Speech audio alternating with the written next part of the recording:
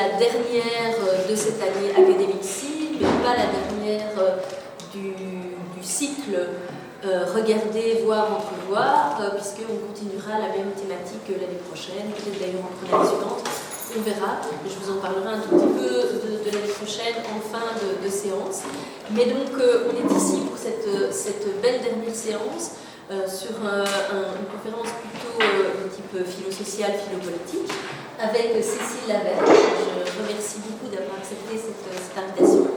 Donc Cécile Lavergne vous présente en quelques mots, elle est maître de conférence à l'Université de Lille, spécialisée donc en philo-sociale et politique, et plus spécifiquement, elle travaille en philosophie sociale de la violence, y compris penser à partir de ce contraire, penser à partir de la non-violence. Par exemple, dans un article, et c'est un exemple parmi beaucoup d'autres, parce qu'elle a beaucoup de publications d'articles et de chapitres d'ouvrages à son actif, de direction de monographie aussi, de collectif. Donc par exemple dans cet article qui s'appelle « Danse contestataire, la force d'une pratique non violente », publié en 2024 dans la revue Communication. Elle est aussi inspirée, son terrain de base c'est la philosophie politique contemporaine, notamment Axel Honneth et d'autres, et de façon aussi plus interdisciplinaire. Elle est aussi nourrie, sa pensée est nourrie par la sociologie politique, les sciences politiques et la psychologie sociale. Alors Cécile Lavergne avait soutenu en 2015 déjà une thèse qui portait sur violence, identité et reconnaissance, penser une philosophie sociale de la violence avec Pierre Bourdieu et Axel Honneth. Actuellement, elle supervise également un programme de recherche baptisé Everest sur le Covid et les questions de vulnérabilité, un projet donc en sociologie et en philosophie.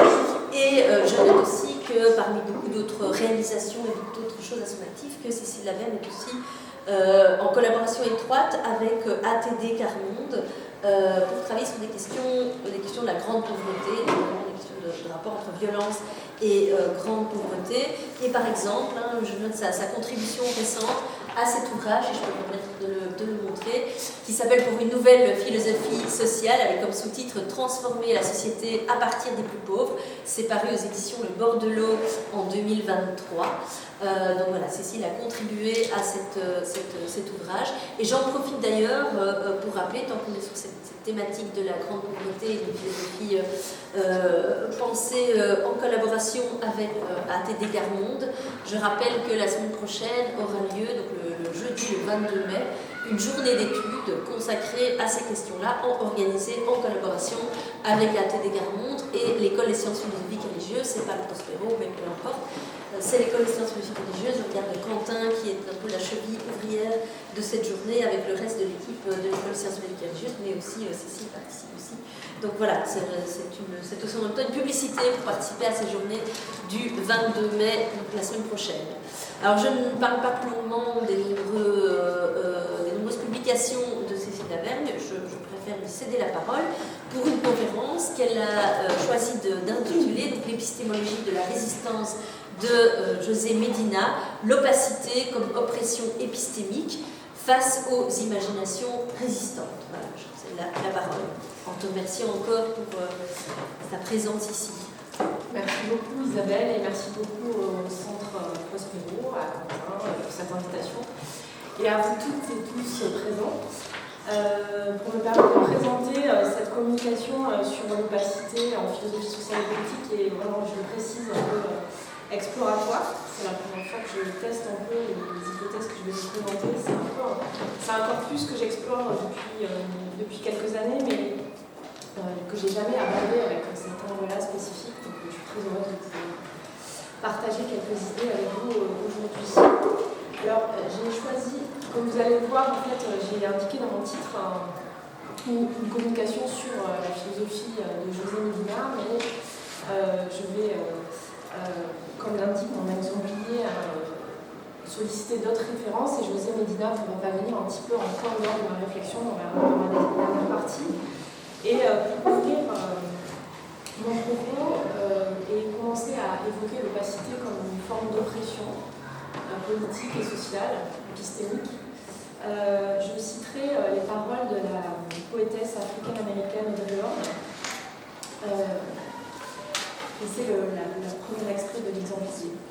Audre Lorde écrit « Ce n'est pas que nous n'avons pas toujours été là, depuis qu'il y a un là, c'est que les lettres de nos noms ont été brouillées quand elles n'ont pas été totalement effacées, et que les empreintes de nos doigts sur les poignées d'histoire ont été décrites comme le frôlement aléatoire des oiseaux, des mots invisibles. » Donc dans les mots d'Audre Lorde, l'opacité apparaît d'abord comme une opacité visuelle.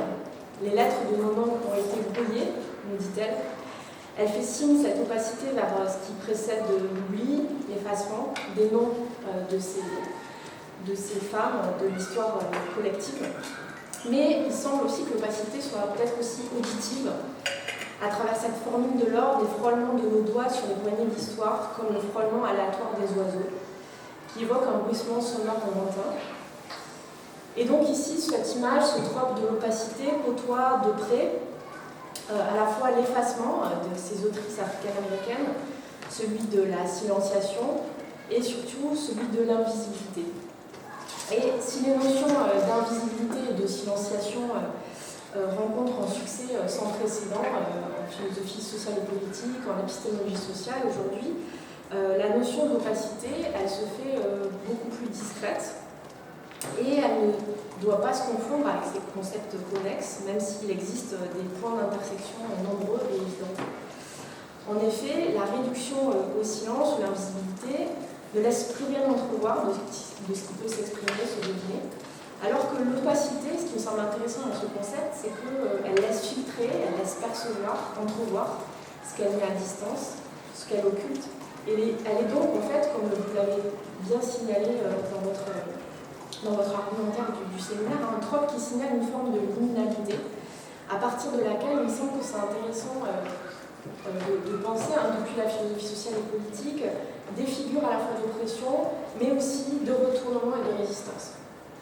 Alors, on sait que l'opacité, comme propriété physique, c'est la propriété d'un corps, un verre opaque par exemple, qui laisse peu passer ou mal passer les rayons lumineux et par extension les ondes sonores, si on accepte de faire l'opacité aussi, un concept qui fonctionne pour les sons. Et transposer le plan perceptif, l'opacité, ce qui n'est pas transparent, en tout cas nous apparaît comme tel, qui semble obscurci par un écran, un voile, qui ne semble pas pouvoir être bien saisi par la vision, ou plus largement par l'appareil perceptif. Et enfin, l'opacité sur un plan plus précisément épistémique, c'est-à-dire sur le plan de notre rapport au savoir, compris dans un sens très large. L'opacité, elle est signe d'hermétisme, d'obscurité ou encore d'inintelligibilité, mais néanmoins jamais totale. Donc elle apparaît comme ce qui semble pouvoir être déchiffré, dont l'hermétisme doit pouvoir être levé. Elle n'est donc pas l'absence de sens, ni d'ailleurs le non-sens ou l'absurdité. Comme en témoigne la citation de Lorde, l'expérience de l'opacité vécue par une communauté renvoie à une forme d'oppression épistémique. Et je me référerai ici à une définition formulée par une philosophe, Christy Dodson, qui s'est beaucoup inspirée du travail de Lorde. Et selon elle, l'oppression épistémique renvoie aux exclusions épistémiques qui touchent certaines positions et communautés et qui produisent des lacunes dans la connaissance sociale. J'ai oublié de mettre cette citation dans mon exemple. Donc à ce titre-là, l'oppression épistémique, elle advient lorsque des sujets de connaissance particuliers sont empêchés d'avoir un impact non seulement dans l'utilisation de ressources partagées, mais aussi sur ces dernières, c'est-à-dire sur leur critique et éventuellement leur reformulation. Pourtant, et c'est un point aussi, il me semble, que vous avez bien pointé dans votre argumentaire, toute opacité perçue ne relève pas d'une oppression épistémique, puisqu'un individu peut avoir d'excellentes raisons, conscientes ou stratégiques, de rendre son discours ou son savoir opaque. Dans une entreprise littéraire ou poétique, l'opacité peut constituer un marqueur de créativité. En politique, elle peut permettre de détourner l'attention de problèmes brûlants. Elle peut aussi être une stratégie de défense contre des tentations intrusives, de non-respect de la vie privée ou de l'intimité. Pourtant, il me semble possible, et ce sera mon hypothèse dans cette communication, de dégager des cas typiques d'opacité expérientielle, vécue comme telle. Et ces cas typiques nous permettent, il me semble, de ressaisir peut-être sous un angle inédit certaines formes d'injustice, en particulier des formes d'injustice épistémiques. je me concentrerai sur ces formes épistémiques d'injustice, donc sur les formes d'opacité qui renvoient aux tropes de l'intelligibilité, du discrédit ou du déni de l'agentivité épistémique des sujets humains. Parce qu'il me semble que ces formes d'injustice spécifiquement liées au savoir permettent de penser conjointement avec ce concept d'opacité des formes de domination sociale et symbolique très souvent passées sous silence et ignorées. Alors, pour vous dire deux mots un peu de ce concept d'injustice épistémique, c'est un concept qui a été forgé par Miranda Fricker dans un ouvrage paru en 2007 intitulé Epistemic Injustice, Ethics and the Power of Knowing. Et de nombreux travaux s'inscrivent aujourd'hui dans le champ la continuité de ces travaux de Fricker et dans le champ d'une épistémologie sociale et critique à l'articulation entre les théories féministes, les théories critiques de la race et les épistémologies de l'ignorance. En s'efforçant de penser l'horizon de la justice épistémique dans une perspective démocratique. Ces travaux se situent à l'interface de questions classiques de la philosophie sociale et politique, l'expérience de l'injustice, la domination, l'oppression, la résistance, et de l'épistémologie sociale, qui est une branche de l'épistémologie qui rompt avec, pour le dire vite, des préjugés individualistes de l'épistémologie et qui se définit comme une théorie sociale de la connaissance. Autrement dit, l'épistémologie sociale, elle part du postulat que la production du savoir, alors des savoirs les plus ordinaires aux savoirs les plus objectifs et scientifiques, cette production du savoir, elle est traversée en tant que pratique sociale par des rapports de domination, par des rapports de pouvoir. Et donc, cette épistémologie sociale, elle se donne pour tâche de décrypter des formes d'injustice épistémique, des formes d'injustice spécifiques qui adviendraient dans les pratiques de connaissance et dans les actes d'interaction de connaissance, et dont mon hypothèse aujourd'hui, que je voudrais tester avec vous, consiste à dire que l'opacité pourrait être une des formes, une des modalités pour comprendre ces injustices épistémiques. Alors la première difficulté, il me semble, sur le plan théorique, c'est que l'opacité n'est pas une propriété des personnes ou des groupes qu'elle caractérise, sur lesquels elle ferait porter cette obscurité ou cette inintelligibilité. Elle est bien plutôt, alors là je paraphrase une très belle formule de Ralph Ellison au début de son roman L'homme invisible, elle est bien plutôt une prédisposition des yeux, une construction des yeux internes, une construction des regards. Comme si celles et ceux qui produisent l'opacité avaient possédé un système perceptif engourdi ou rendu insensible à l'expérience de la souffrance, de l'injustice subie par certains groupes sociaux. Or, le problème épistémologique et politique qui se pose est que cette opacité, produite par des groupes qui occupent des positions de privilège épistémique, elle s'ignore comme telle. Donc ça, c'est un premier obstacle pour la pensée. La seconde difficulté corrélative est que celles et ceux qui font l'expérience de cette opacité, ce que je vais essayer de vous démontrer dans le début de ma communication, donc une opacité vraiment vécue comme oppression épistémique, finissent par la projeter sur leur propre expérience, sur elle-même. Donc autrement dit, c'est comme si on devenait à soi-même illisible, partiellement inintelligible, comme si l'opacité, indéfiniment répétée, finissait par être intériorisée, incorporée. C'est l'analyse en fait que nous livre Dubois dans Les âmes du peuple noir. Dubois qui a été aussi une des sources d'inspiration des travaux contemporains sur les injustices épistémiques et qui appréhende cette opacité comme oppression épistémique qui me semble à travers des tropes très intéressants comme celui du voile, de la double conscience ou de la ligne de couleur. Donc la question que je vais essayer de vous poser, elle est double. C'est d'une part comment lutter contre l'opacité si celles et ceux qui la produisent l'ignorent et semblent avoir intérêt à la reproduire. Et d'autre part, comment élaborer des résistances épistémiques contre cette forme d'opacité si celles et ceux qui la subissent, en quelque sorte, la diffractent sur elle et eux-mêmes. Et donc pour essayer d'aborder cette double difficulté conjointement, j'essaierai de montrer dans une première partie qu'il est possible d'élaborer plusieurs cas typiques d'opacité oppressive. Donc je vous proposerai en fait, à titre tout à fait exploratoire, une typologie de travail de différentes formes d'opacité, inspirée des travaux de Miranda Fricker et de Christy Dodson, ce qui me permettra dans la deuxième partie de me pencher plus précisément sur l'apport de la philosophie de Dubois pour comprendre cette opacité oppressive. Et j'en viendrai dans une dernière et troisième partie à la philosophie de Medina, à son épistémologie de la résistance, qui fournit, à mon sens, des outils, des ressources vraiment très stimulantes, en tout cas de mon point de vue, pour essayer de penser des formes de résistance politique à ces formes d'opacité, avec le double point de vue à la fois celles et ceux qui la produisent et celles et ceux qui subissent cette opacité oppressive. Alors, dans ce premier temps, j'aimerais donc m'efforcer de délimiter des expériences typiques de l'oppression épistémique qui peuvent phénoménologiquement se vivre comme des situations vécues d'opacité. Et donc, à titre exploratoire, je vous l'ai dit, je vous proposerai une typologie de 4 grands types d'opacité que je vais énoncer rapidement avant de les développer. Donc, une première forme que j'ai nommée l'opacité testimoniale, une deuxième forme l'opacité stigmate, une troisième forme l'opacité herméneutique et une quatrième forme l'opacité contributive ou interdite.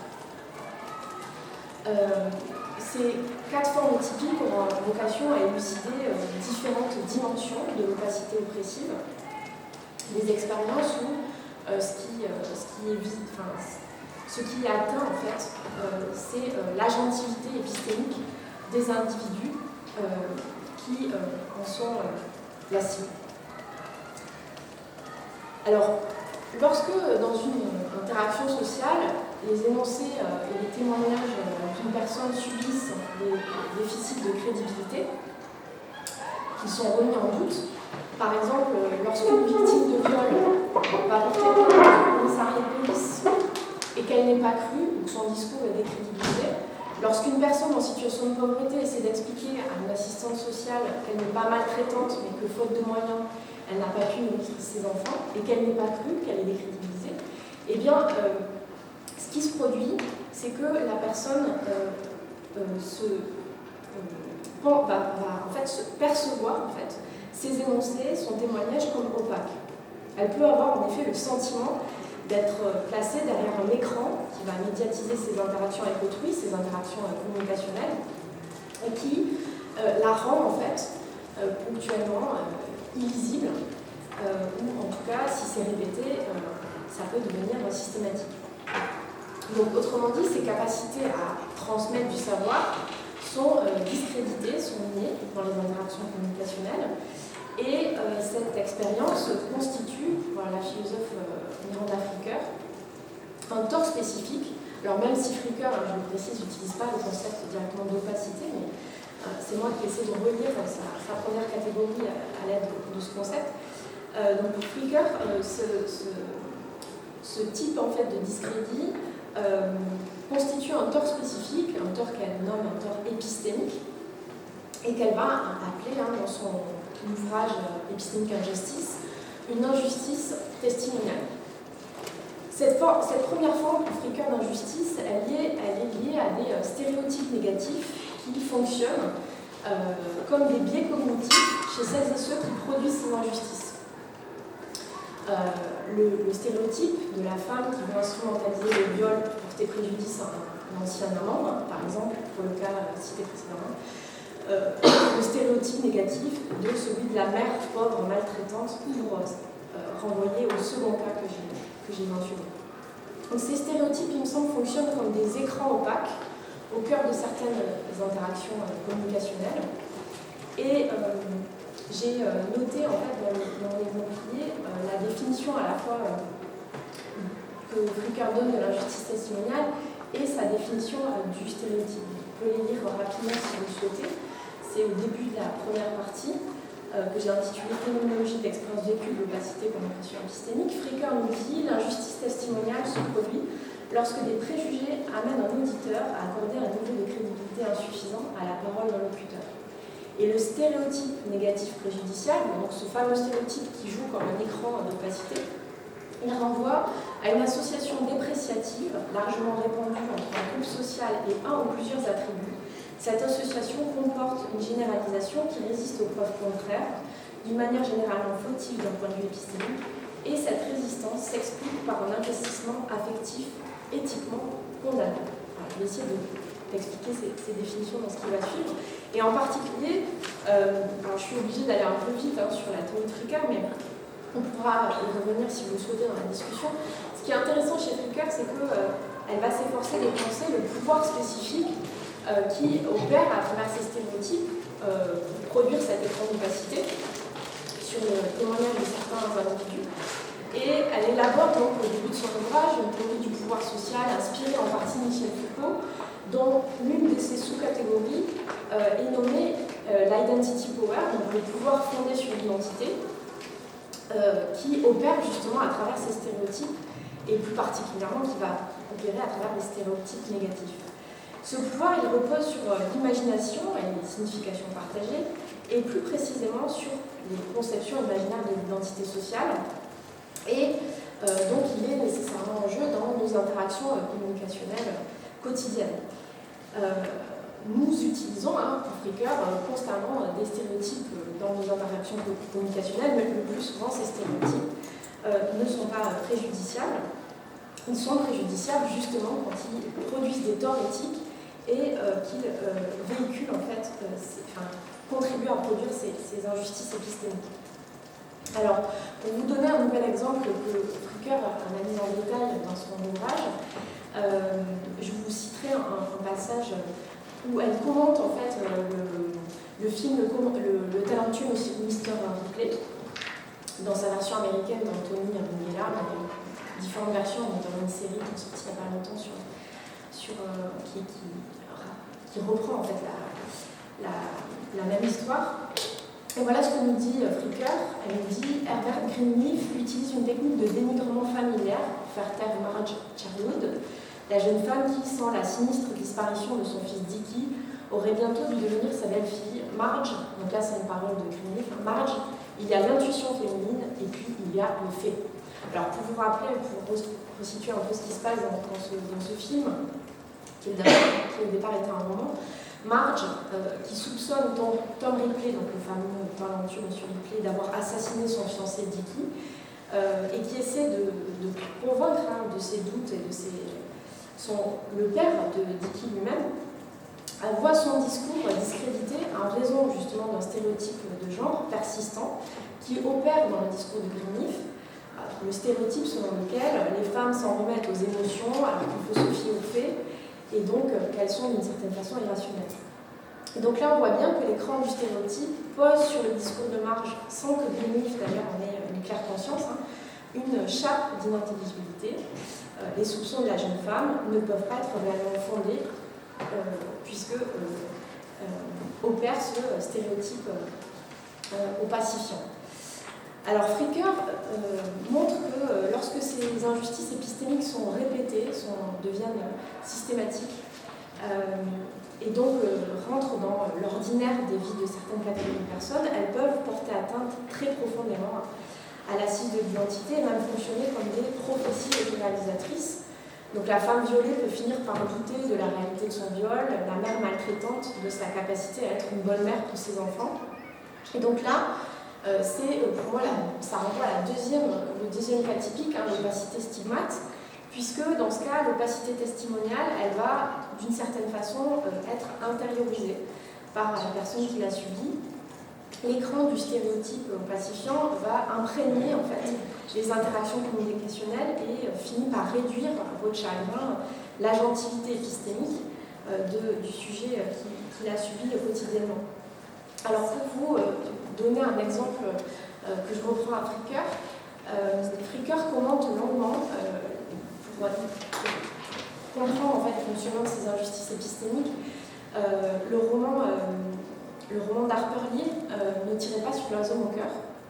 Donc c'est un classique de la littérature américaine, je ne sais pas si vous l'avez lu, c'est un roman assez formidable, qui se déroule dans une ville fictive du sud ségrégationniste des États-Unis et qui raconte depuis le point de vue d'une enfant le racisme endémique vécu par les personnes noires descendantes d'esclaves. Et donc, en fait, Fricker analyse plus précisément une scène de procès lors de laquelle, en fait, Tom Robinson, un jeune homme noir, est accusé à tort du viol d'une jeune femme blanche, Mayela Ewell.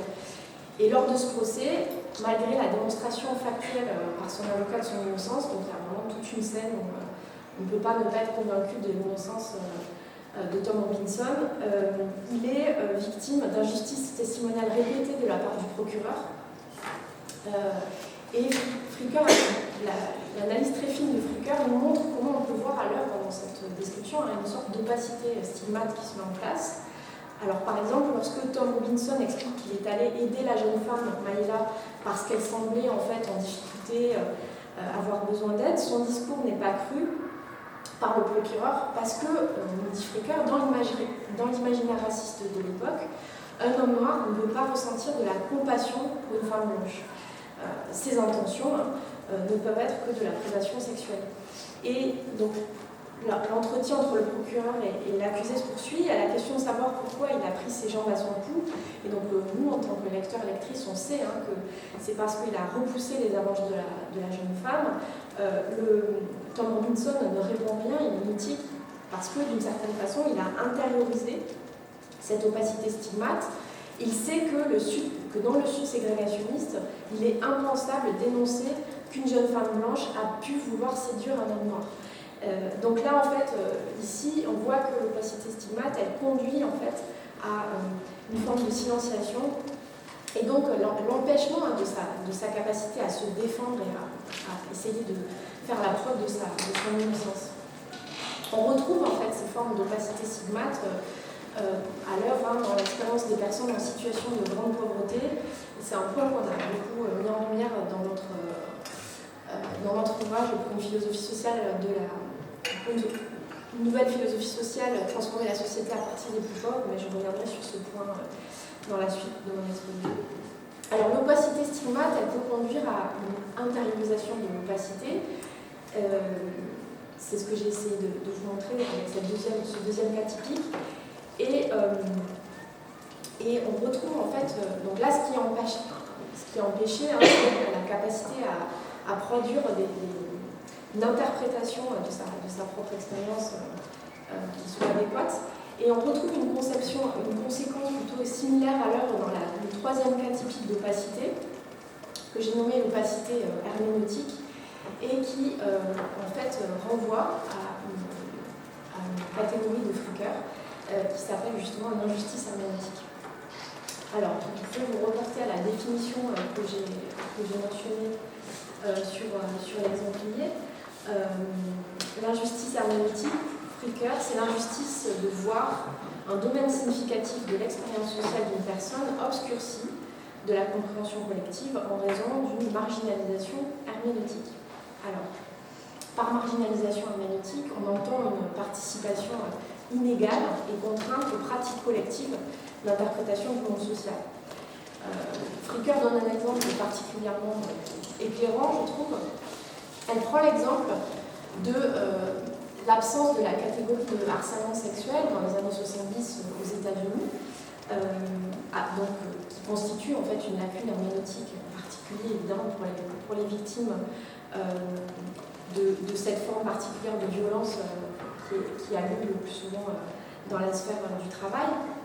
Donc autrement dit, en l'absence de cette catégorie, avant que les milieux féministes aient pu la formuler et qu'elle devienne une catégorie juridique, une femme victime ne disposait pas de catégorie disponible dans l'imaginaire social pour nommer sa propre expérience, qui soit donc opacifiée, et elle ne disposait que des catégories comme par exemple drague lourde ou séduction forcée pour penser sa propre expérience, qui dès lors en fait ne pouvait pas véritablement se dire vraiment dans toute sa violence.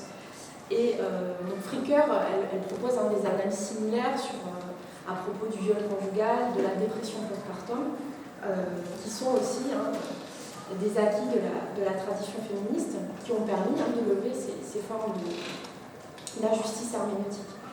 Donc les lacunes herméneutiques, nous dit Fricker, elles concernent en fait certains groupes en particulier parce que elles a cette formule assez jolie, elle nous dit elles sont comme des trous dans la couche d'ozone qui touchent les groupes qui vivent en dessous et qui, plus particulièrement que d'autres, vont subir en fait le déficit herméneutique, le déficit d'intelligibilité dû à l'absence de ces outils d'interprétation. Et c'est cette dimension en fait groupale, collective, qui est au cœur, il me semble, du dernier cas typique sur lequel je voudrais insister, que j'ai nommé l'opacité contributive ou l'opacité intergroupe, et qui est une opacité qui porte spécifiquement sur les savoirs et la reconnaissance des savoirs d'un groupe marginalisé. Je construis cette catégorie d'opacité contributive à l'aide d'un concept formulé par Christy Dodson, l'injustice contributive, qui consiste, selon Dodson, à refuser à un groupe d'agents la capacité de produire des outils de compréhension et d'interprétation de ces expériences, ou à récuser par avance la pertinence de ces derniers quand ils existent. Elle est causée, explique Dodson, par une ignorance située et prend la forme d'une ignorance, alors c'est la citation qui suit, une ignorance herméneutique délibérée qui consiste à reproduire et à utiliser des ressources herméneutiques biaisées, ce qui a pour effet de porter un préjudice épistémique, nous dit Dodson, à l'agentivité épistémique d'un sujet connaissant. Et ce type en fait, d'opacité contributive est particulièrement présent dans l'expérience des personnes vivant avec la grande pauvreté. Nous l'avons analysé dans la recherche dont il a été question, qui s'est présentée comme une recherche participative en croisement des savoirs. Je vous dirai quelques mots dans quelques instants sur la méthodologie qui nous a réunis. Mais là, je vous présente juste le résultat de recherche qui me permet de parler de cette opacité contributive. Ce qu'on a montré dans l'ouvrage, c'est que les personnes en situation de pauvreté sont très souvent sommées de se raconter, de parler de leurs souffrances par l'administration, les travailleurs sociaux, les juges. Mais ce qui caractérise en fait souvent ces injonctions à la prise de parole, comme le résume un des volontaires de la TD dans le livre, c'est qu'on ne leur demande pas ce qu'elles en pensent, comme si elles n'en pensaient rien. Donc autrement dit, les personnes en situation de pauvreté ne sont pas reconnues comme des porteuses de savoir, comme dotées en fait d'une agentivité épistémique en propre, et souvent, le plus souvent, leurs savoirs sont opacifiés, réduits à du pur anecdotique. Et donc, de ce point de vue-là, je sens que c'est aussi une forme intéressante d'opacité qui touche spécifiquement sur les formes de savoir produits par les groupes marginalisés. Donc, cette lecture transversale de certaines catégories qui sont devenues classiques dans le corpus des travaux sur l'injustice épistémique, à la lumière du trope de l'opacité, il me semble que ça a produit un effet d'intelligibilité sur ces travaux parce que ça permet d'une certaine façon d'insister sur une phénoménologie expérientielle du temps épistémique, puisque l'opacité va mettre en lumière en quelque sorte le point d'impact de l'injustice. Il indique de manière spécifique, l'opacité indique de manière spécifique la manière dont le tort affecte l'agentivité épistémique des personnes qui subissent ces injustices. Alors, si je résume les acquis de ma première partie, c'est la capacité à transmettre du savoir par le témoignage dans l'interaction langagière communicationnelle qui est opacifiée dans la première catégorie, l'opacité testimoniale. Dans la seconde catégorie, ce qui est centralement visé, c'est la manière dont on se rapporte à sa propre expérience, qui va être en fait déformée, médiatisée par l'écran du stéréotype. Et donc là, en fait, ça produit des effets de déréalisation de sa propre expérience, voire même d'opacification totale, d'incompréhension en fait, quand c'est vraiment poussé à l'extrême. Dans la troisième catégorie, l'opacité herméneutique, on voit que c'est aussi l'expérience qui est opacifiée, le rapport à sa propre expérience, le rapport au fait de la rendre intelligible, mais parce qu'il manque en fait une catégorie interprétative pour la nommer. Et dans la quatrième, ce sont les savoirs élaborés depuis une situation de pression qui vont être opacifiés. Et ces quatre formes, surtout quand elles se combinent, vous vous doutez bien, d'opacité oppressive, ont des effets puissants sur la vie des individus et des groupes qui les subissent. Pour le dire vite, parce que c'est un point sur lequel je vais revenir par la suite, mais produisent des effets d'insécurité épistémique, de manque de confiance épistémique, de déréalisation de sa propre expérience, de ses affects. Et donc, au fond, souvent, les personnes sont renvoyées à un sentiment d'être coupées, dépossédées de leur propre expérience et de leur puissance propre de pensée. Alors, il me semble que c'est ce que montre avec force la philosophie de Dubois, auquel je vais consacrer la deuxième partie de cette communication. Parce que, en fait, quand j'ai préparé cette communication, j'ai retraversé un peu les âmes du peuple noir, cet ouvrage paru en 1903, et j'ai été frappée par la puissance de sa pensée pour essayer de comprendre en fait un peu mieux comment ce concept d'opacité pouvait fonctionner en fait en philosophie sociale et politique. Alors en particulier dans son premier chapitre, Le lutte spirituelle, il propose une sorte de phénoménologie de l'opacité épistémique, mais qui fonctionnerait comme une sorte de fait social total pour les personnes noires qui subissent le racisme aux États-Unis, puisque, semble-t-il, pas une seule dimension de leur existence ne semble pouvoir en réchapper. L'opacité oppressive est problématisée à partir du trope du voile. Elle se révèle à Dubois par le biais de ce qu'il nomme une expérience étrange, celle d'être un problème dans le regard d'autrui, le regard blanc.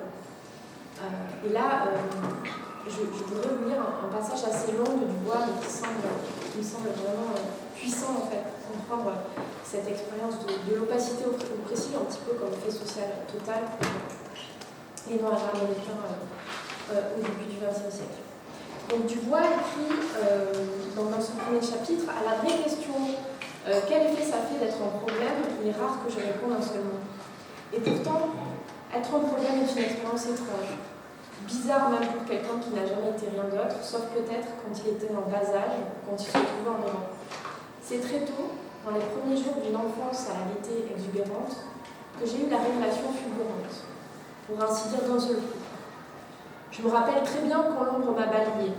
J'étais une petite chose, là-bas, dans les collines de la Nouvelle-Angleterre, là où le sombre Housatonic serpente vers la mer, entre Housac et Pacpénic. Dans une minuscule école en bois, il est venu à l'idée des garçons et des filles d'acheter de splendides cartes de visite, 10 cents le paquet, et de les échanger. Nous nous amusions bien, jusqu'au moment où une grande fille, une nouvelle venue, refusa ma carte, péremptoirement, avec un regard par en dessous. Alors il m'est apparu avec une soudaine certitude que j'étais différent des autres, qui comme eux peut-être, dans mon cœur, dans ma vie, dans les désirs, m'écoutaient de leur monde par une immense voile. Par la suite, je n'eus plus aucune envie de déchirer ce voile ou de me glisser au travers. J'enveloppais tout ce qui était derrière lui d'un même mépris. Et je vivais au-dessus de lui dans une région de ciel bleu et de grandes ombres vagabondes. Ce ciel était plus bleu encore quand je pouvais battre mes camarades aux examens, ou les battre à la course ou battre leur tête blonde filasse. Hélas, avec les années, tout ce beau mépris a commencé à s'effilocher. J'aspirais au monde et à toutes leurs éblouissantes opportunités. Elles étaient pour eux, non pour moi. Les ténèbres de la prison nous encerclaient tous, des murs obstinément droits, pour le plus blanc, mais implacablement étroits, hauts et impossibles à escalader pour les fils de la nuit, qui sont condamnés à continuer sombrement leur lourde marche dans la résignation, à frapper en vain leurs pommes contre la pierre, ou enfin, avec une tension presque sans espoir, à contempler fixement le trait de bleu au-dessus de leur tête. Chez Dubois, l'expérience de l'opacité à soi au monde et au monde blanc est décrite avec cette image du voile, un voile qui sépare deux mondes, coexistent et qui pourtant semblent obstinément dissociées et séparées. Et à la fin de la citation, vous l'avez vu, l'expérience collective des Noirs américains derrière ce voile est celle d'une oppression qui prend la forme d'une prison à ciel ouvert, dans laquelle, me dit Dubois, et je le recite, les fils de la nuit sont condamnés à continuer leur sombre marche dans la résignation. Donc la sortie de cette oppression-opacité, elle est désignée par le bleu du ciel, inaccessible, ce monde libre auquel seuls les Blancs peuvent accéder, mais pourtant elle est à portée de vue, mais reste, semble-t-il, hors de portée des vies écrasées par le poids de ce monde de racisme dominant. Et dans la suite du chapitre, on découvre ce que devient ce voile dans la conscience de soi de la personne noire. Une conscience dédoublée, car on dit de Dubois, ce monde ne concède aucune vraie conscience de soi, mais qui au contraire ne le laisse s'appréhender qu'à travers la révélation de l'autre monde. Son être est donc en fait un être perçu au travers du regard blanc et creusé dans la conscience de soi par un déchirement structurel, générateur de souffrance, mais aussi d'un sentiment bizarre, précise Dubois. Ce sentiment bizarre qui renvoie à cette conscience dédoublée, et c'est la citation qui suit, ce sentiment, dit Dubois, de constamment se regarder par les yeux d'un autre, de mesurer son âme à l'aune d'un monde qui vous considère comme un spectacle, avec un amusement teinté de pitié méprisante. Chacun sent constamment sa nature double, un Américain, un Noir, deux âmes, deux pensées, deux luttes irréconciliables, deux idéaux en guerre dans un seul corps noir que seule sa force inébranlable prévient de la déchirer. Donc là, ce qui se produit en fait à travers cette intériorisation, cette incorporation même de l'opacité oppressive, c'est un dédoublement structurel de la conscience qui produit beaucoup de souffrance, évidemment, puisque la personne noire apprend à se mépriser, à avoir honte d'elle-même, de lui-même, jusqu'à parfois la haine de soi, nous dit Dubois. Et ce qui est intéressant avec cette double conscience, c'est qu'on va voir qu'elle va ouvrir la possibilité d'une forme de résistance et de lucidité, mais avant de développer la manière dont cette double conscience ouvre en fait la question de la résistance et de la lucidité, je voudrais juste mentionner le troisième trope qui me semble intéressant dans la philosophie du Dubois pour penser ce motif de l'opacité, c'est celui de la ligne de couleur. Donc dans un autre chapitre des âmes du peuple noir, voilà ce que nous en dit Dubois, et c'est la citation suivante, qui se situe, je pense, en page 2. S'il s'attarde suffisamment lentement mais sûrement, les yeux du voyageur commencent à s'habituer à la pénombre de la ligne de partage de couleurs. Il réalise enfin qu'en silence, sans résistance, le monde s'écoule autour de lui en deux grands flots. Leur surface se ride dans le même rayon de soleil, ils approchent et mêlent leurs eaux dans une apparente indifférence. Puis ils se divisent et s'écoulent largement séparés. Tout cela se fait tranquillement, aucune erreur n'est commise, ou s'il s'en produit une, le bras rapide de la loi et de l'opinion publique s'abat en un instant, comme l'autre jour, quand un homme noir et une femme blanche ont été arrêtés pour s'être parlé sur Woodford Street à Atlanta. Donc ici, on voit que cette ligne de partage, qui est en fait difficile à identifier, qui est difficile à décrypter, et il faut que le regard du voyageur arrive à se familiariser avec cet environnement privé pour pouvoir le saisir, pour pouvoir le lire. Et bien en fait, on voit qu'elle permet de signaler le clivage et la démarcation entre les deux mondes qui se répercutent sur la conscience de soi et la conscience de l'idée. Quand il y a vraiment compénétration, c'est la sanction, enfin, ces deux mondes en fait qui sont l'un à côté de l'autre, en même temps qui ne peuvent pas se rencontrer, quand ils se compénètrent à travers cette rencontre entre une femme noire et un homme noir, une femme blanche et un homme noir. C'est la sanction et le rappel en fait d'une collaboration culturelle ou d'un imaginaire social partagé qui serait impossible à construire. Donc de ce point de vue-là, il me semble que ce qui se joue à travers ce trope du voile, mais aussi de la mini-couleur et de la double conscience, c'est que d'une part, on voit apparaître la prison symbolique, perceptive, épistémique, culturelle qui enferme un groupe social dans un vécu de l'injustice un peu totalisant. Et en même temps, il me semble que le geste d'écriture de Dubois lui-même, qui se situe de part et d'autre du voile, et qui est capable déjà de décrypter les effets de ce regard blanc, signale en fait déjà une possible résistance épistémique et une possible subversion en fait de cette oppression. Et c'est ce que... et alors, avant de développer ce point, je voudrais juste mentionner que ce trope de la double conscience, en fait, dont on peut penser qu'il est spécifiquement élaboré pour penser l'oppression raciste dans le contexte spécifique américain, et bien en fait, dans le cadre de cette recherche participant en philosophie sociale, qui a duré pendant 3 ans et qui a mis, je vous en vidéo parce que sinon la dimension participative peut paraître un petit peu bizarre. En fait, c'est une recherche qui a réuni pendant 3 ans un groupe d'une dizaine de philosophes, un groupe d'une quinzaine en fait, de personnes qui font l'expérience de la grande pauvreté et qui sont en fait des militants à TD40, donc inscrits dans ce mouvement de lutte internationale contre la grande pauvreté, et aussi en fait une quinzaine de ce qu'on a appelé des praticiens, c'est-à-dire des personnes qui luttent au quotidien contre la grande pauvreté, aux côtés des militants et des militantes, et qui sont soit des volontaires à TD40, soit ce qu'on appelle des alliés. Et donc, dans le cadre de cette recherche, moi j'ai participé à un groupe de travail avec la philosophe Marie Garot sur spécifiquement l'injustice épistémique qui touche l'expérience de la grande pauvreté et qu'on a rebaptisé injustice liée au savoir. Et en fait, lors d'une de nos sessions de travail, on a été amené avec Marie de parler en fait de la philosophie du bois, de ce schème de la double conscience, et ça a résonné de manière très forte et très puissante avec l'expérience de certaines militantes en particulier qui ont été vraiment très touchées par ce concept et qui se sont d'une certaine façon phénoménologiquement reconnues dans les mots du bois. C'était un moment assez fort et assez incroyable. Et donc en fait on s'est efforcé de transposer en fait l'analyse du boisienne à l'analyse de la grande pauvreté et à l'expérience vécue de la grande pauvreté des personnes en situation de pauvreté.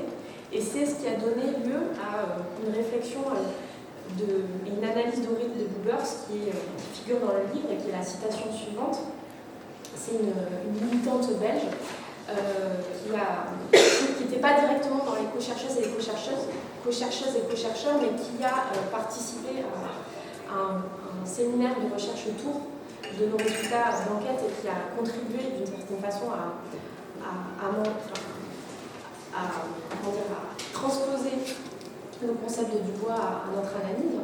Et donc dans la citation d'Aurélie, on voit comment en fait les mots de Dubois l'ont conduit en fait à décrire sa propre expérience et à l'analyser.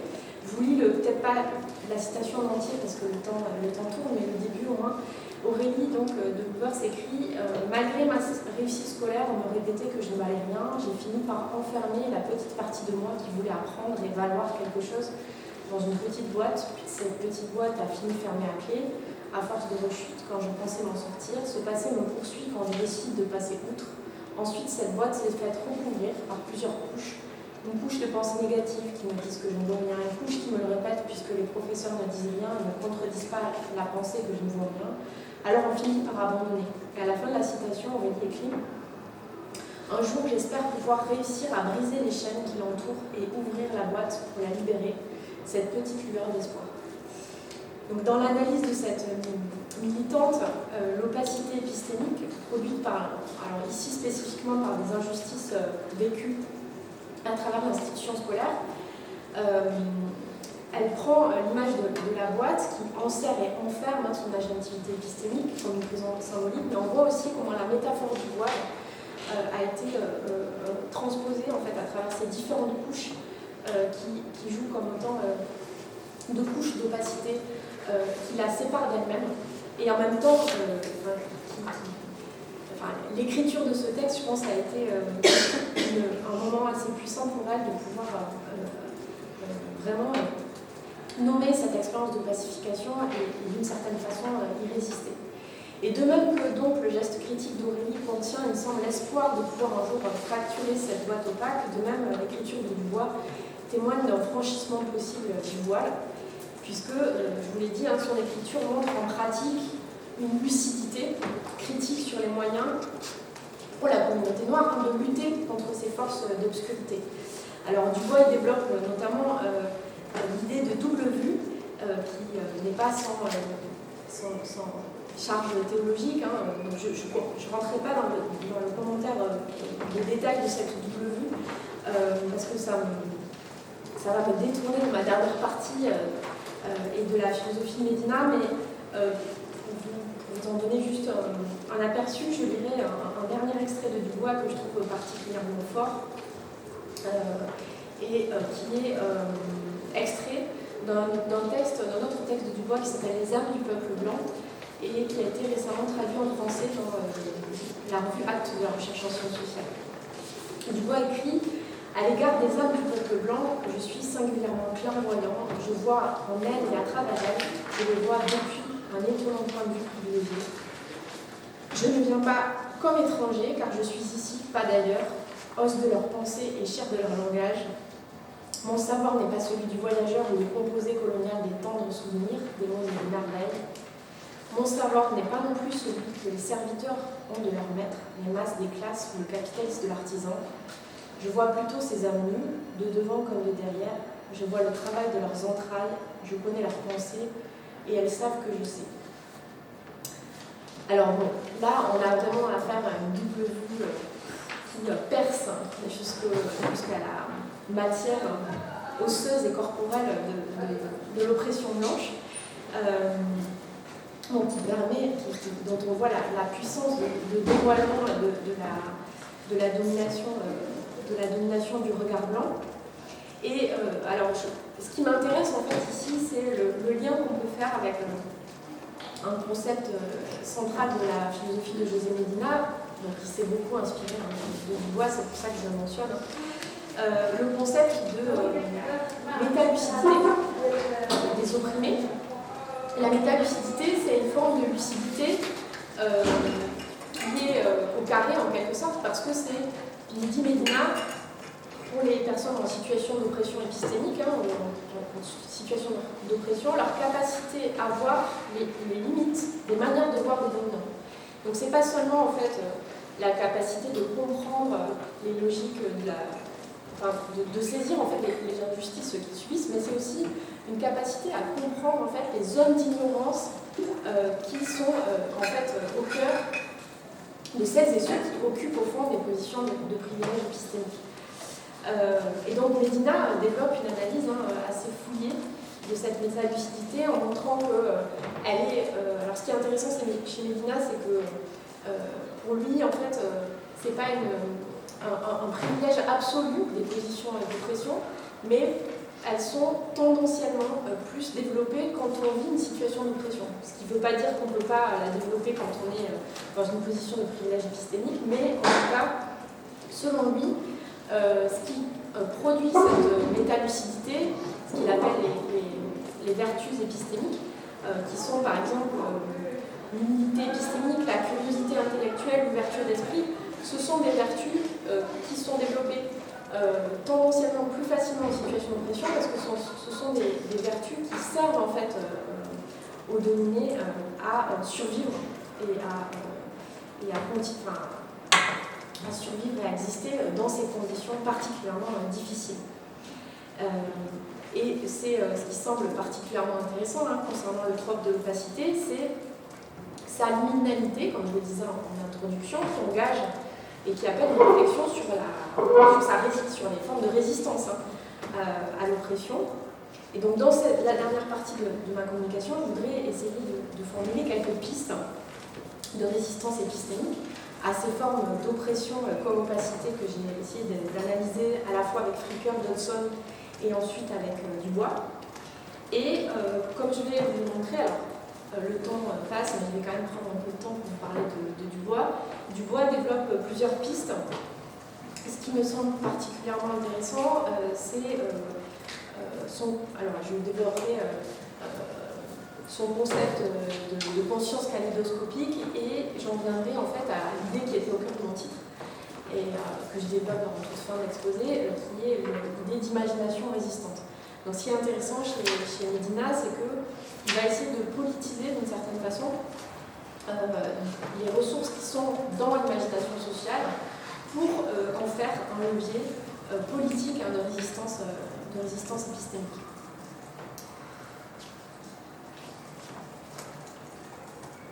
Alors, qui est José Medina? José Medina, c'est un auteur encore peu connu du public francophone, mais c'est l'un des philosophes de premier plan qui a contribué à la structuration des travaux sur l'injustice épistémique.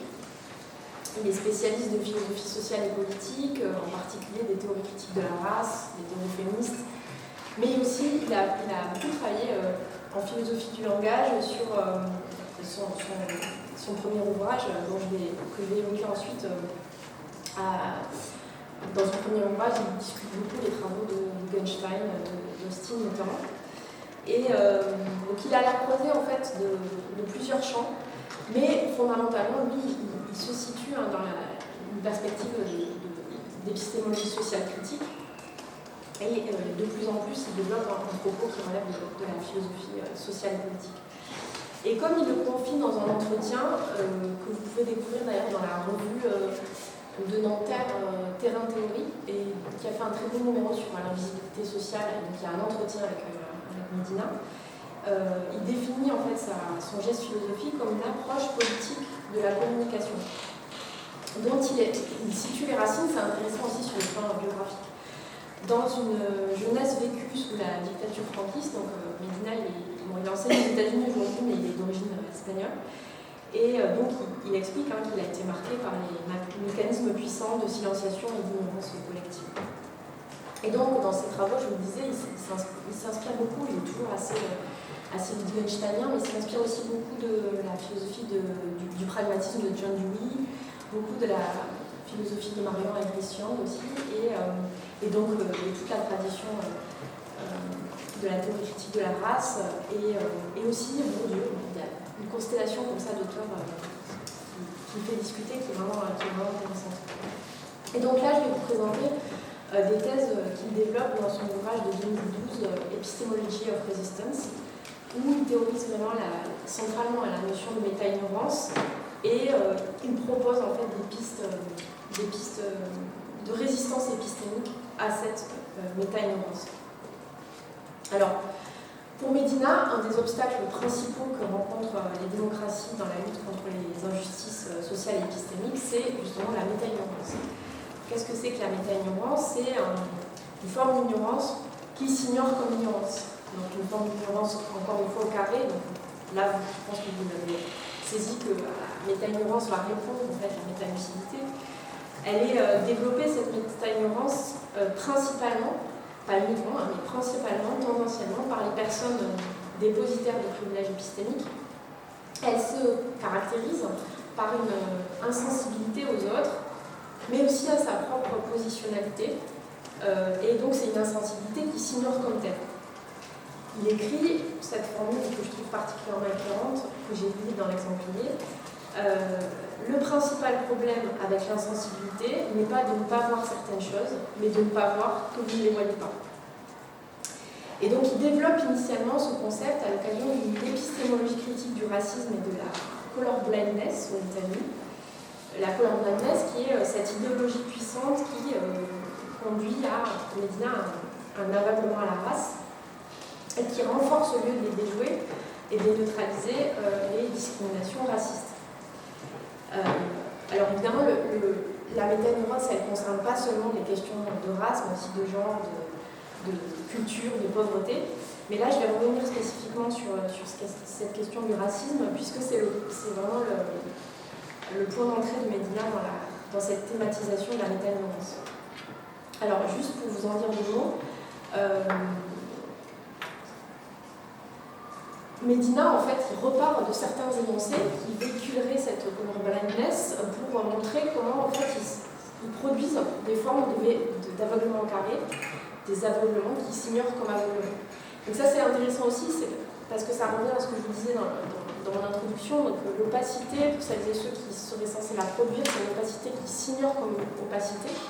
Un peu comme quand on est frappé de cataracte et que notre cristallin s'opacifie, qu'en fait, on ne sait pas que notre cristallin s'opacifie, on le découvre simplement par la gêne occasionnée et par le fait qu'on a la vue qui baisse, mais sinon on ne voit pas l'opacité produite par cette maladie.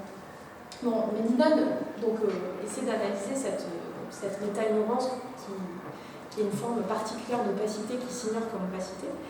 Et il repart par exemple de cet énoncé caractéristique de la colorblindness qui consiste à dire « quand je te regarde, je ne vois pas de couleur ». Et voilà ce que nous dit Medina. Donc c'est la première citation, la citation 11 de l'exemplier, de la troisième partie. Il explicite le phénomène de méta-ignorance à l'œuvre dans cet énoncé. L'affirmation « quand je te regarde, je ne vois pas de couleur » peut fonctionner comme un déni naïf du racisme, comme si le racisme était une idéologie qui pouvait être simplement rejetée en choisissant ce que l'on voit, comme si nos habitudes racialisées de voir pouvaient simplement disparaître par un acte volontaire qui demande de rejeter les tendances culturelles de son milieu. Donc, en fait, ce que montre Medina à travers sa critique de la colorblindness, c'est que quand on affirme ce type d'énoncé, ce qui produit en fait la méta-ignorance, c'est un ensemble de ce qu'il appelle des vices épistémiques qui vont sous-tendre cette affirmation et qui vont rendre compte de l'ignorance véhiculée. Donc par exemple, les vices épistémiques que Medina définit comme des attitudes et des dispositions qui font obstacle à la diffusion du savoir, comme par exemple une affirmation qui consisterait à dire « non mais en fait au fond il n'y a rien à voir, la couleur ne joue aucun rôle ».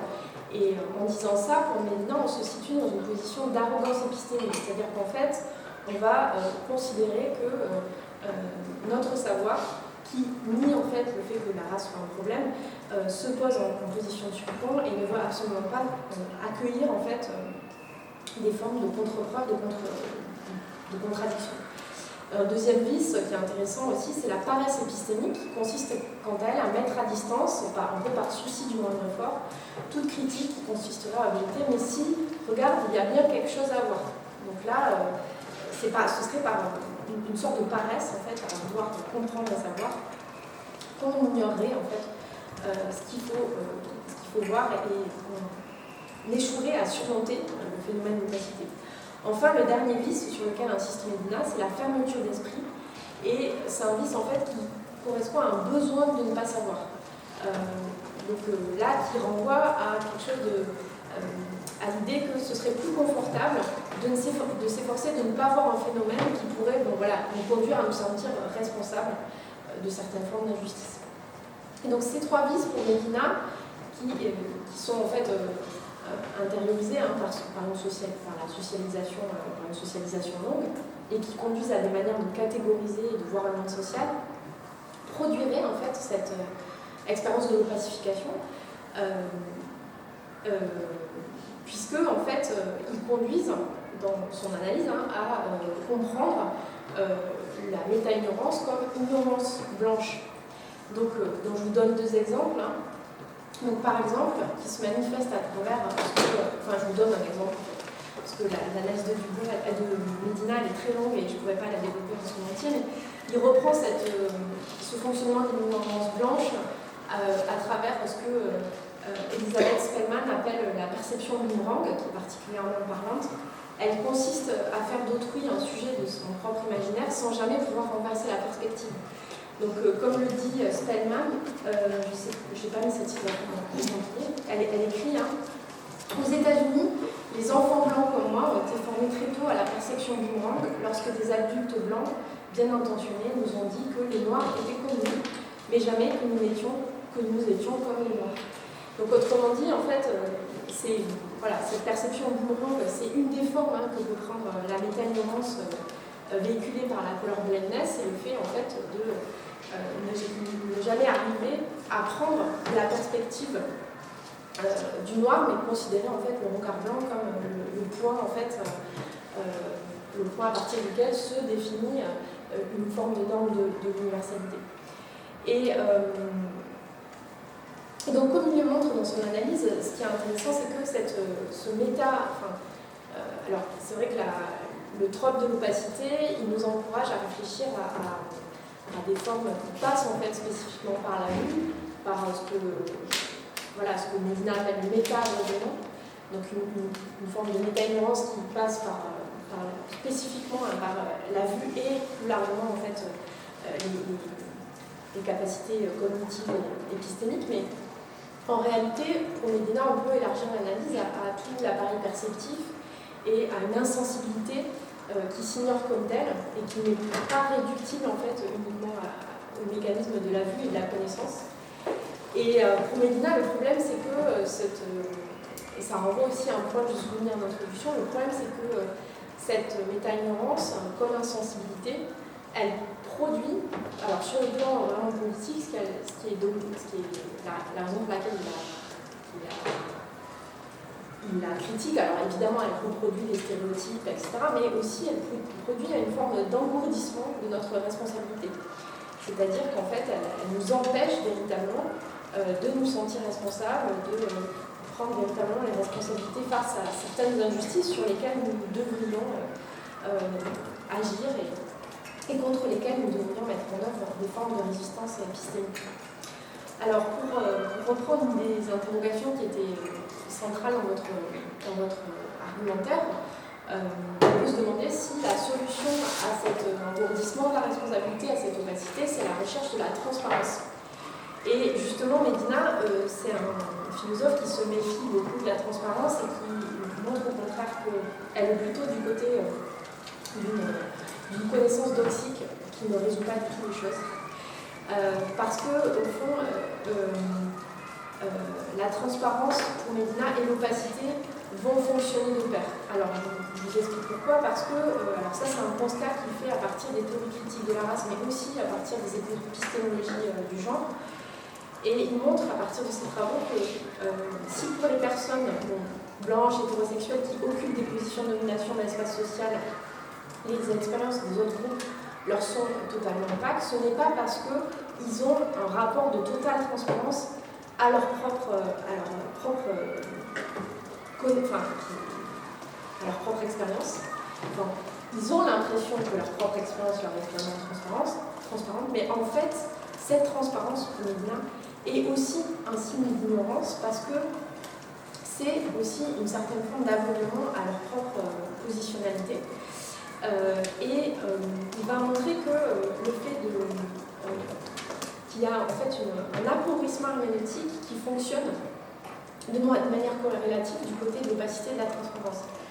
Pourquoi ? Parce que cet appauvrissement qui touche au premier chef celles et ceux qui ne nous ressemblent pas, qui ne leur ressemblent pas, c'est aussi parce que leur est étranger toute forme de réflexivité sur leur propre positionnalité.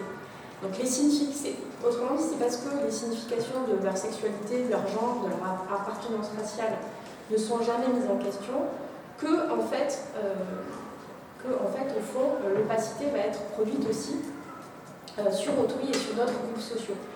Donc c'est parce que leur propre positionnalité ne fait pas problème que l'opacité est produite. Donc autrement dit, pour Médina, en fait, la transparence, c'est pour lui le mode d'être plutôt du privilège, qui est de se vivre comme un non-problème en fait. Et donc c'est pas du tout de ce côté-là qu'il va chercher à élaborer en fait son épistémologie de la résistance et les formes de résistance épistémique, mais plutôt du côté de l'idée d'un enrichissement, d'une pluralisation, et c'est pour ça qu'il va développer ce concept de conscience kaléidoscopique. Alors je vais essayer de ne pas être trop longue et d'en venir quand même assez rapidement à mon dernier point sur les imaginations résistantes. Ce qui est intéressant chez Medina, c'est qu'il essaie de... Alors dès son premier ouvrage, c'est une intuition qu'il élabore dans Speaking from Elsewhere, il essaie de montrer que ce qu'il nous faut essayer de développer pour lutter contre l'oppression épistémique, c'est pas un point de vue d'une connaissance spectatoriale omnisciente qui essaierait de saisir toutes les injustices et les ressorts de l'opacité telles qu'elles peuvent être vécues par tous les individus, mais au contraire, c'est un point de vue d'ailleurs. Autrement dit, il va essayer de développer l'idée que ce qui est vraiment productif sur le plan de la résistance, c'est le décentrement, l'altérisation, d'une certaine façon, une altérisation qui demande en fait de développer des points de vue pluriels et polyphoniques. Alors pluriel et polyphonique, ça veut dire qu'en fait, ces points de vue, il ne faut pas essayer de résorber leurs différences, mais il faut toujours essayer de conserver des formes de friction épistémique qui vont les maintenir aussi en vitalité. Alors c'est le sens de sa citation 12, lorsqu'il écrit, et c'est une citation de Speaking from Elsewhere, dans son ouvrage précédent, il est de notre responsabilité en tant que locuteur et membre de la communauté d'ouvrir des espaces discursifs à de nouvelles voix et de faciliter l'émergence de nouveaux discours susceptibles de briser les silences et de renforcer les voix marginalisées.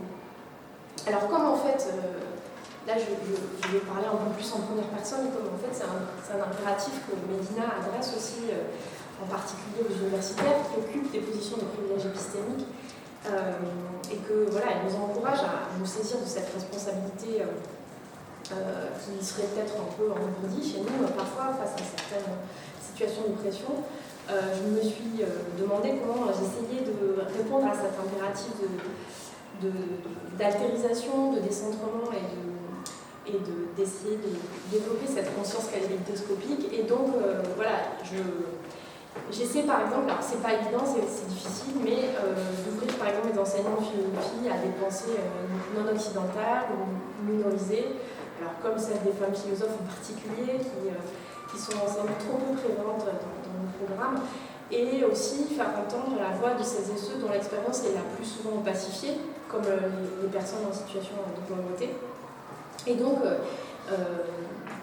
voilà, parce que en fait, pour Medina, la conscience kaléidoscopique, c'est une manière toujours de thématiser la possibilité de garder à l'esprit des points de vue multiples, d'être conscient de la nature multiple de notre espace social. Et il la conçoit à la fois comme une méthode et comme un horizon d'action. Alors comme méthode, en fait, elle nous oblige à prendre en compte ces multiples points de vue, à rester ouverts aux différences.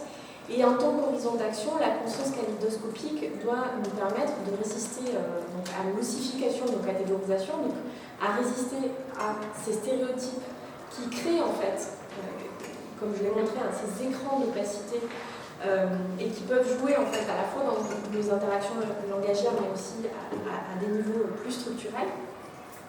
Et c'est ce qui me semble ressort en fait de ce qu'il définit comme la dimension proprement contrefactuelle en fait de la conscience kaléidoscopique, qui est au cœur de la citation 13. Medina écrit: la dimension contrefactuelle de cette conscience kaléidoscopique est cruciale parce qu'il faut, pour la produire, parce que ce qu'il faut pour la produire, c'est non seulement la capacité à apprécier la manière dont les choses se présentent à partir de multiples lieux sociaux disponibles, mais aussi la manière dont les choses pourraient se présenter si nous nous intéressions à des lieux nouvellement créés, ou si nous modifions considérablement les lieux existants, et si nous nous situons différemment, en d'autres termes, si nous continuons à envisager la façon dont les choses pourraient se présenter à partir d'un ailleurs. Donc ici, une injonction à expérimenter de nouveaux lieux, de nouvelles formes de vie, capables d'inclure des perspectives marginalisées, qui peut se faire évidemment à différents niveaux, hein, mais pour reprendre l'exemple de la recherche participative que j'évoquais plus haut, il me semble que c'est un appel en fait aussi à pluraliser peut-être nos pratiques de recherche et essayer de développer en fait des formes plus horizontales, plus participatives, qui prennent en compte les savoirs pacifiés, étouffés de certains groupes sociaux et qui essaient aussi de faire exister l'agentivité épistémique de celles et ceux qui sont trop peu visibilisés ou entendus. Et donc j'en profite pour remercier Isabelle d'avoir mentionné les Kant aussi. d'avoir mentionné cette journée d'études qui aura lieu la semaine prochaine autour en fait, de cette recherche et qui permet en fait, de visibiliser l'agentivité épistémique des personnes en situation de pauvreté, notamment parce que ces personnes seront là pour présenter les résultats de la recherche et pour les discuter, et ça me semble absolument fondamental. Alors j'aborderai le dernier point de ma communication parce que j'ai déjà un peu exposé le temps de parole, et pour vous parler en quelques mots des imaginations résistantes. Alors pourquoi est-ce que c'est intéressant de politiser l'imagination? Alors c'est le dernier chapitre de Medina, de son ouvrage, qui est très riche et dont je vais vous donner vraiment un tout petit aperçu avec ces quelques mots. Mais pour Medina, si l'opacité oppressive, elle appelle des formes de résistance épistémique, c'est parce que, comme on l'a vu, elle est causée par une forme d'ignorance qui s'ignore comme telle et qui, je vous l'ai montré, elle déborde largement la vision, mais renvoie à une forme d'insensibilité. Et donc, il faut essayer de s'efforcer de réveiller, de réactiver, d'enrichir, de revivifier nos manières collectives d'imaginer pour essayer de résister à cette opacité oppressive et de le faire en fait collectivement. Alors pour Medina, en fait, l'imagination ne renvoie pas seulement à un ensemble de représentations socialement partagées, mais aussi à un ensemble de pratiques imaginatives. Elle s'ancre donc dans nos volontés, mais aussi dans nos affects et dans nos manières en fait, de rentrer en relation les uns avec les autres, les unes avec les autres. C'est pour ça que c'est un enjeu de politisation et c'est un enjeu de résistance épistémique. Et c'est le sens de la dernière citation de mon exemplier. L'imagination est un exercice de mise en perspective, une manière d'habiter et d'entrer en relation avec les autres qui se connectent à notre monde actuel, établissant un pont entre notre monde et d'autres mondes possibles que nous ne voulons pas construire. Dans notre imaginaire, nous considérons les mondes possibles comme des mondes qui auraient pu être ou pourraient devenir les nôtres sous certaines conditions. Alors, justement, pour travailler à ces dimensions plurielles et polyphoniques de l'imagination sociale, Medina préconise des interactions entre l'imagination résistante afin de favoriser des interactions, voire ce qu'il appelle des contre-proses épistémiques, et qui peuvent s'envisager à un double niveau, au niveau du contenu des imaginaires en friction et au niveau des cadres épistémiques qui les signifient. Donc, pour reprendre l'exemple de la grande pauvreté, si on reprend cette opacité expérientielle qui touche les personnes en situation de grande pauvreté, les contrepoints ils peuvent surgir dans la manière dont on va contrer des stéréotypes négatifs, comme celui de l'assisté, du pauvre paresseux, en produisant des imaginaires alternatifs, par exemple en valorisant et en publicisant des récits de résistance de personnes en situation de pauvreté, et donc en montrant en fait des manières, en promouvant des images alternatives en fait, et positives en fait, des personnes en situation de pauvreté, mais à un méta-niveau, il faut aussi lutter, il me semble, contre ce que dit Medina, contre les cadres interprétatifs qui contribuent à faire de la pauvreté une affaire de responsabilité individuelle qui doit être réglée en fait, par des simples logiques assistentielles qui sont de plus en plus réduites à peau de chagrin dans la logique du néolibéralisme. Donc il faut toujours envisager l'imagination résistante à l'échelle en fait, de la production de ces imaginaires collectifs qui ont toujours un pendant institutionnel de transformation politique et donc qui, pour Medina, en fait, se connecte aussi étroitement avec la question des conflits sociaux et des luttes sociales. C'est le tout dernier point sur lequel je vais conclure. Pour montrer une manière de penser la puissance de la production de ces imaginations sociales à l'échelle même des luttes et des corps en lutte. Et là, je ferai référence à l'article qu'Isabelle a mentionné dans son introduction, que j'ai publié donc récemment dans la revue Communication et dans un numéro qui s'appelle Danse en lutte, et dans lequel j'ai essayé de mobiliser Medina pour penser ce que j'ai appelé les danses contestataires, qui sont en fait l'ensemble des manières en fait, de mettre en mouvement son corps dans les luttes sociales Et je pense que ça ne vous a pas échappé que les danses sont de plus en plus présentes dans les manifestations, dans les épisodes de contestation. Et donc on a voulu réfléchir à ce phénomène et j'ai voulu en particulier montrer en quoi en fait, ces corps en lutte pouvaient en fait être des vecteurs de production d'imagination résistante. Et donc il me semble qu'en vertu de leur performativité politique, ces danses contestataires contribuent à adresser à des contre-publics de nouvelles images de corps en lutte, de corps puissants ou de corps souffrants. Et j'en prendrai simplement quelques exemples pour susciter des images et les faire circuler à la fin de cette communication. Alors évidemment, la danse, elle ne porte pas en elle-même une magie révolutionnaire, mais les images qu'elle est susceptible de créer, ils ont un pouvoir réel parce que, alors par exemple, souvenez-vous des danses peut-être qui ont traversé les mobilisations de Black Lives Matter. Ces danses permettaient d'imposer une nouvelle image des corps noirs comme des corps puissants, comme des corps qui comptent, et pas seulement comme des corps qui sont réprimés par la police, assassinés par la police. Donc c'était un moyen en fait de renverser ce trope de la faiblesse des corps en puissance.